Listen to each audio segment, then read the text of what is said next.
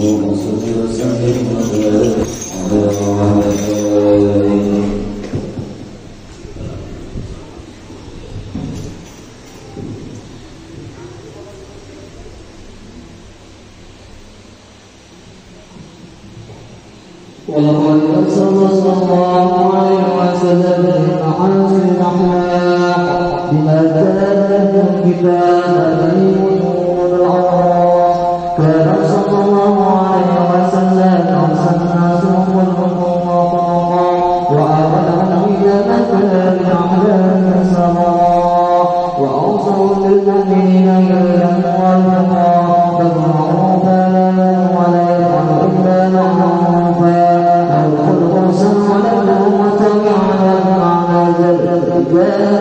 ويسير على موئلات معزلا وهو الأمر الشديد الرحيم اليتيم والرحمن له زلزال يحمل العباد والرحمية الذي تفعل لنا فرائصهم يا المدنية ومن نسل به تعرض والمنازل وبأرض ذكر تعطى الأباس والمحافل فهو صلى الله عليه وسلم كان شهاد الزبانية والمؤمن في خلق كل صوت خصوصية فكان كل بلية محمود إلا هو متعرض أجمل في وصفه حكيم وسلم ولكن وما كان يوصف به وتعالى بدرها على الناس وحالنا وقد صرق له من الولاء وخالد الذي وانتبه المقام بها العظم قرب من التكبير والتعظيم والركوع العظيم فحصل بالدين المشركان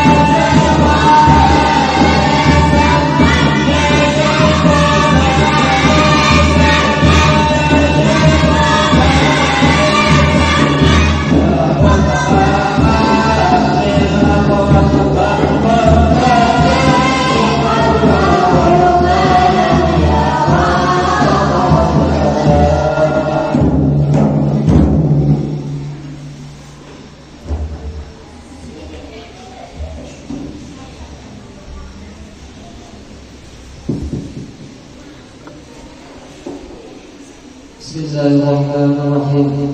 Ahmadu man istafa ini masyarakat wilayah.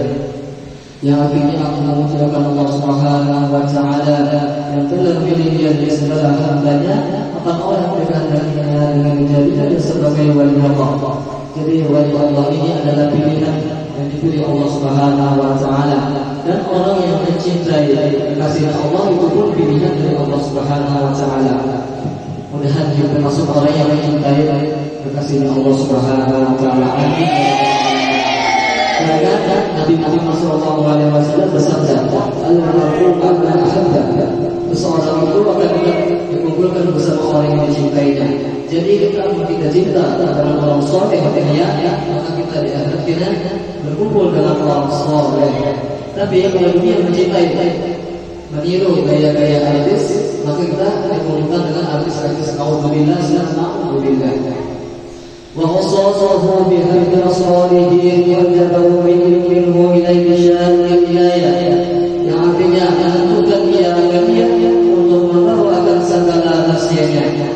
Arti rahasia di sini adalah warisannya Nabi Muhammad SAW.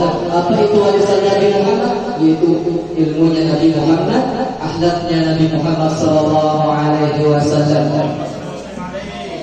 Nabi tidak mewariskan kekayaan, Nabi tidak mewariskan dinar, melainkan yang Nabi wariskan adalah ilmunya dan akhlaknya Nabi Muhammad SAW. Bahkan ketika dalam suatu riwayat bahwasanya Nabi ketika berdakwah lalu sendiri melihat orang kafir tadi takut kepada Nabi Muhammad SAW.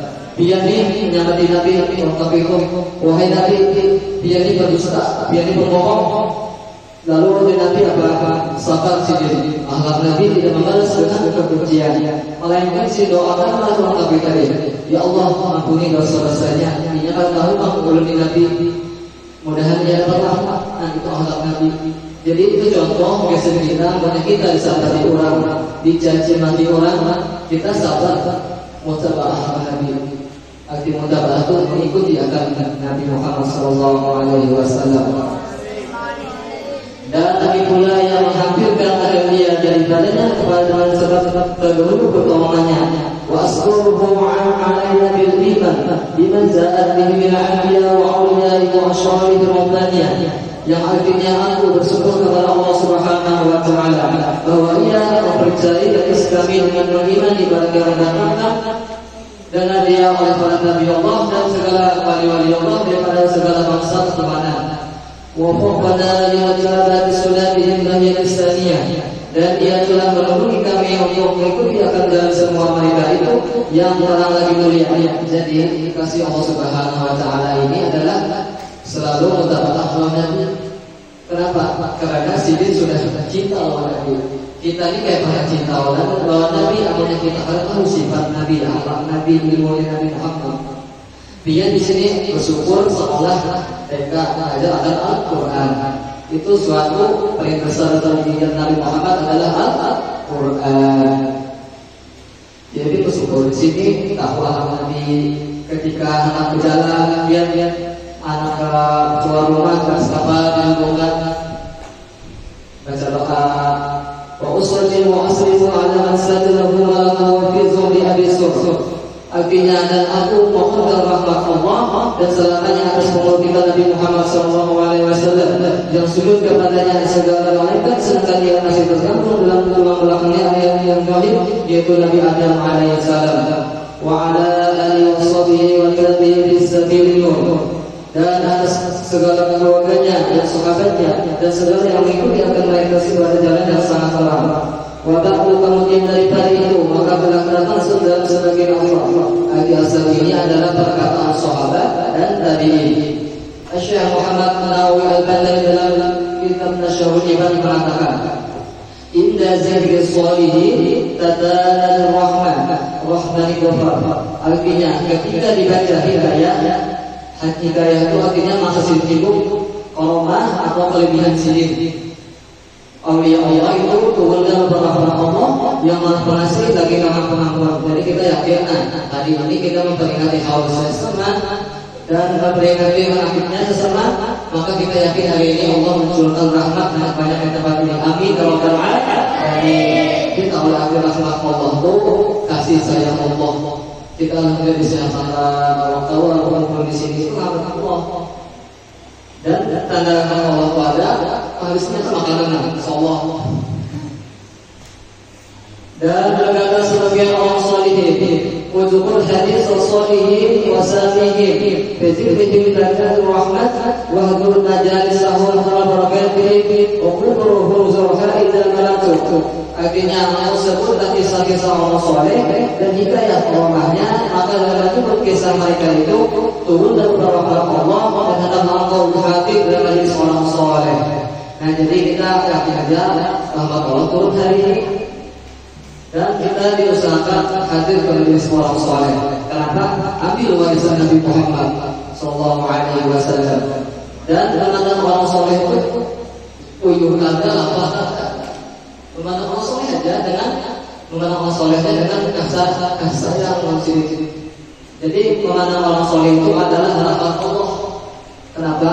Karena memandang orang saleh itu adalah yang punya dosa-dosa kita. Gara-gara memandang sini aja, apalagi sahabat kesaliman sini kesaliman lawan guru-guru atau para hadaib itu anu zahirnya bujur hadaib bujur guru-guru, tapi hakikat itu Rasulullah SAW. Artinya itu ilmu sidik itu ilmu Rasulullah. Jadi kita ibaratnya itu kawan waktu sidik itu saliman sidik, ada sidik, ada saliman sidik.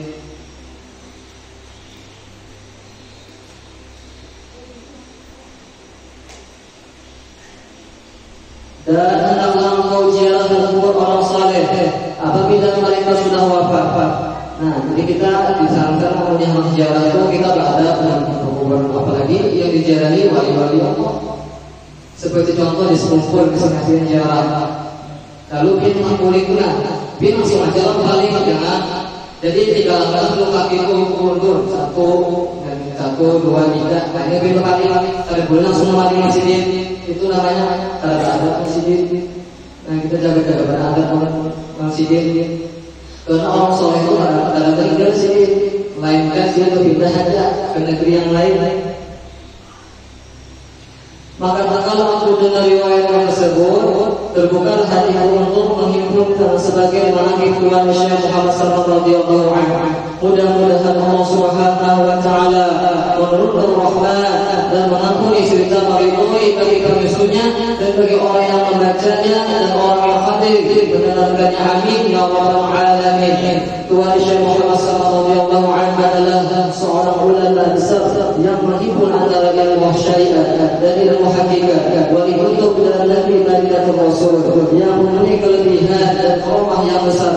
Lagi-lagi beliau adalah keturunan Rasulullah SAW dan berbagai Imam Syafi'i. Beliau dilahirkan pada tahun 1130 daripada hijrah Nabi Muhammad SAW di dalam negeri Madinatul Rasul.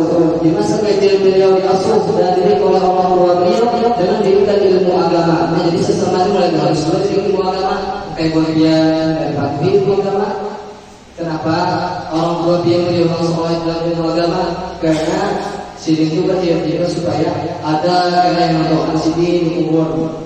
Biar ini amalan jadi jangan membaca Al-Quran sampai kalau sidin ke datu-datu biar sedang meninggal sampai pahalanya walaupun tidak ada dia tetap sampai ke sidin pahalanya.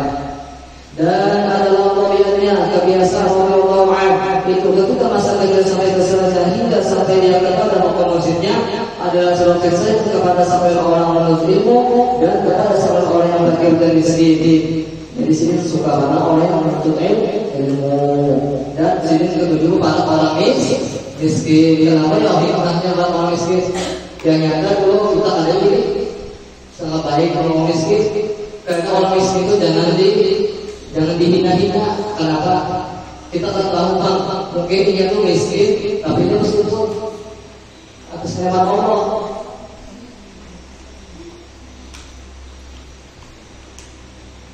Dan ini pula yang suka ia berhikmah membantu kepada segala orang yang datang ziarah kubur Rasulullah, daripada orang yang alim dan orang yang saleh dan daripada segala orang yang awam dan khawas. Dan ini pula ia sangat kasih kepada Tuhannya dan benci benci kepada yang dimurkainya, dan mengungkapkan musyahadah dan muraqabah. Di muraqabah ini artinya rasa takut kepada Allah. Ingat Allah sama Allah lawan model itu rasa takut, model Allah mengawasi itu. Dan pada hingga ia melekalkan daripada adat dan melawan ia akan hawa nafsunya, hingga daripada segala yang halal sekalipun. Dan dia tidur dia pada ketika malam hari, malaikat sedikit juga.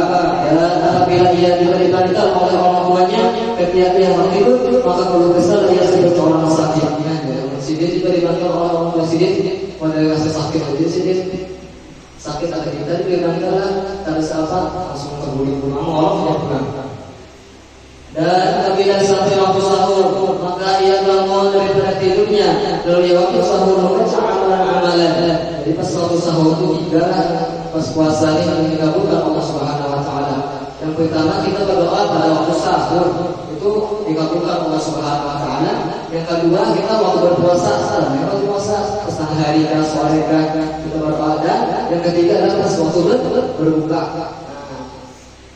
Kemudian daripada itu lalu sembahyang subuh berjamaah dengan orang banyak, yang pula ia waktu subuh hingga terbit matahari. Pada terbit matahari kira-kira subuhkah maka kita ia sembahyang sholat isya 2 rakaat bila sampai setelah 4 hari, maka kita ia sembahyang sunnah duha sebanyak-banyaknya 12 rakaat dan yang terafdal itu 8 rakaat. Dan adalah Rasulullah SAW selalu memandang Tuhan Syekh Muhammad Samar radhiyallahu anhu lagi membimbing rohaninya sehingga derajat mulia terus ketika kesempurnaan seperti dinyatakan beliau dalam perkataannya, laisa lahadi minal masyah alayya minhu minatu wa inna hiya li sayyidil insi wal jinah. Artinya guruku yang paling banyak berjasa ialah Rasulullah SAW. Jadi sesama guruku yang paling banyak berjasa adalah Rasulullah SAW.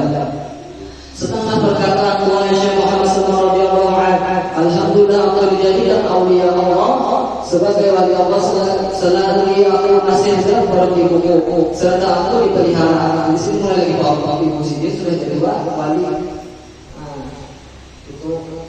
Tentang masjid kemuliaan sidik.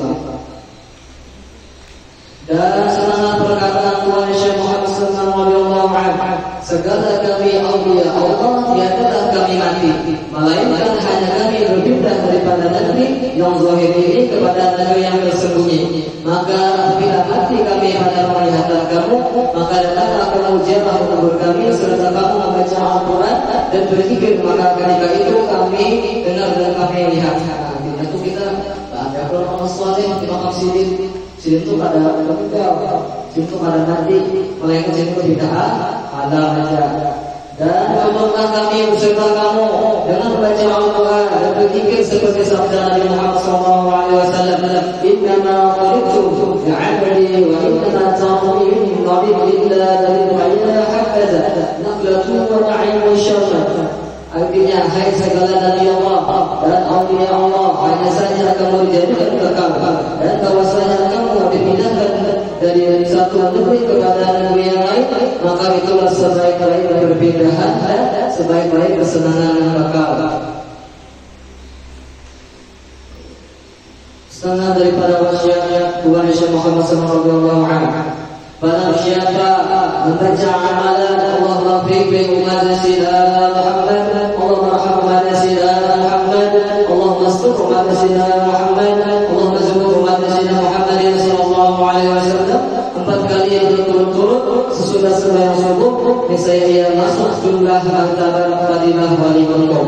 Nah, jadi kita mengamalkan ini setiap selesai sholat subuh, maka kita berupakan kabar-kabar para aulia Allah. Seperti ini amalkan ujar guru sebelum sebut ini berarti amalkan yang lain-lain itu berarti kan amalkan sebut ini amalkan saja. Seberataan murid-murid sesama pun terus kumpul berkata ada dua bini-bini kan laki-laki kan. Kenapa? Gara-gara amalkan doa ini. Allahumma firli umat Sayyidina Muhammad, ya Allah ampuni umat Nabi Muhammad. Allahumma arham umat Sayyidina Muhammad, Allah kasih sayang kita umat Nabi Muhammad. Doanya Masya Allah. Dan berkata Tuhan Nabi Muhammad sallallahu alaihi wasallam, tiada lain pangkatku itu kepada Allah Subhanahu wa taala, melainkan sebab aku mengatakan membaca doa ini pada tiap-tiap selesai sholat subuh 4 kali berturut-turut dengan tiada diselangi dengan perkataan dunia. Jadi kita pas sudah membaca itu selesai sholat subuh, jangan lagi pengen masalah dunia, stop dulu lah, stop kalau pengen dunia, yang dengan pengen.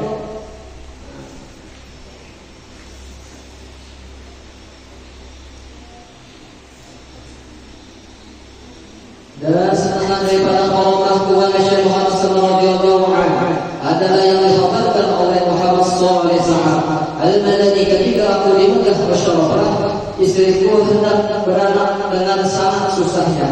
Jadi pas Muhammad sallallahu alaihi wasallam istri sini nak beranak lalu susah sini, ini nak beranak susah benar, mengeluarkan itu dan hatiku sangat takut. Kemudian setelah habis ikhtiarnya sudah dua mendatangi bidan, sudah dua ikhtiar usaha kepada wajib masing, aku baca Fatihah, aku hadiahkan kepada Tuhan Nabi Muhammad sallallahu alaihi wasallam. Jadi sini tawassul sesama. Sudah di sini tawassul, kemudian aku membaca tawassulnya di sini sampai waja'al lana kulli dhayyin wa raja kulli hakim wa balaghin muhrada. Setelah aku hendak membaca sambungannya, tiba-tiba aku melihat Tuhan Nabi Muhammad sallallahu alaihi wasallam hadir di hadapan sini. Dan berkata kepadaku, ulangilah olehmu beberapa kali, maka aku ulangilah bacaan itu dan berangkatlah istriku dengan mudah berkat karomah Tuhan Nabi Muhammad sallallahu alaihi wasallam. Jadi kita mengetahui amanah kita dalam kesusahan, asal puji kesusahan dia usah sama-sama tadi. Bukannya kita berkehanaan, cuman berkah aulia Allah, berkahnya itu yang dicari. Amunnya anak pintarnya lah itu, cuman berkah guru itu yang gimana dicari kita. Mudah-mudahan dengan kita berkumpul di sini, mudah-mudahan dosa-dosa kita diampuni Allah Subhanahu wa taala, dosa orang tua kita, dosa guru kita, dosa jiran tetangga kita, mudah-mudahan Allah ampuni dosa-dosa kita dan mudah-mudahan Allah mencurahkan rahmat banyak di tempat ini. Amin ya rabbal alamin. Dan kita berharap semoga dengan kita membaca banyak riwayat Syekh Muhammad sallallahu alaihi wasallam, mudah-mudahan kita dikumpulkan bersama Rasulullah SAW di dalam surganya dan dikumpulkan bersama awliya Allah. Amin ya rabbal alamin. Ya Rasulullah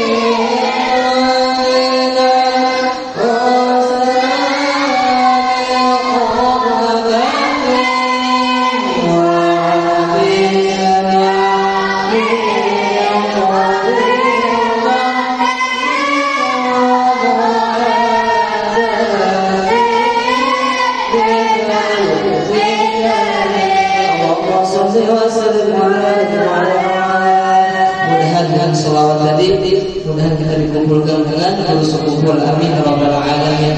Al-karim sallallahu Mustafa Rasulullah sallallahu alaihi wasallam bisir nabi wa hidayat nabi wa isi surat al-Fatihah.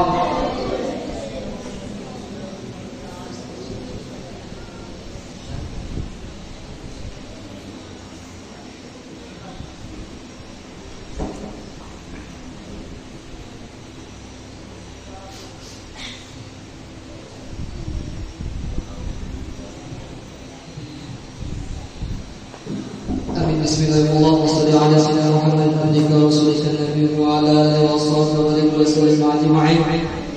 Alhamdulillah al-karim alaihi wassalatu wassalamu ala sayyidina Muhammad habibir rahman wa ala alihi wa sahbihi sallallahu bil Qur'an wa umman bil kufri wa ta'ala al-iman.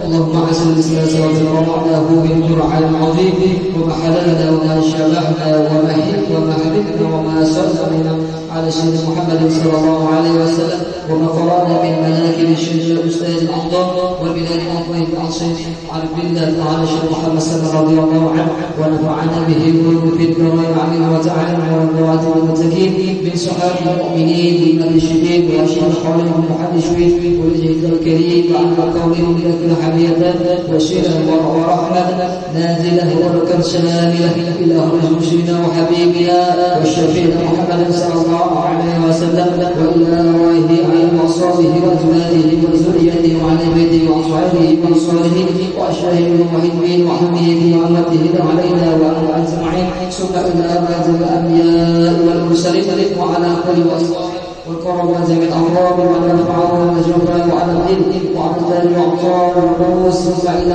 الأولياء والأشياء خصوصا بهم الكتب الدارين بفضل مولانا على قلة على الشيخ محمد بن عبد الكريم شيخ السماء رضي الله عنه وعلى بيته الأبواب وأصحابه وأبتاله ومرده والمعبدين ومحبته علينا معهم أجمعين ثم إلى شيخ الأولياء والشيخ الذين يبدل في القلوب المعصومين والشريعة الأرض والهجان وأكرم المريد والحمد القرآن العظيم وقرآن المعظم والمتدين والمرشدين وسادة الأسوفية مهجر وعلى وتعالى المؤلفين وقلوب الشرائع والمكان وعلماء الشريك والصحابة والصالحين والعارفين بالله ومن إلا الله مشايخنا ومشايخهم ولله عصوا بخيرة من آبائنا وأمهاتنا وصولنا وأبرارنا وأبائنا وأصحابنا بأخواتنا وأخواتنا وعمامنا وعماتنا وأهوالنا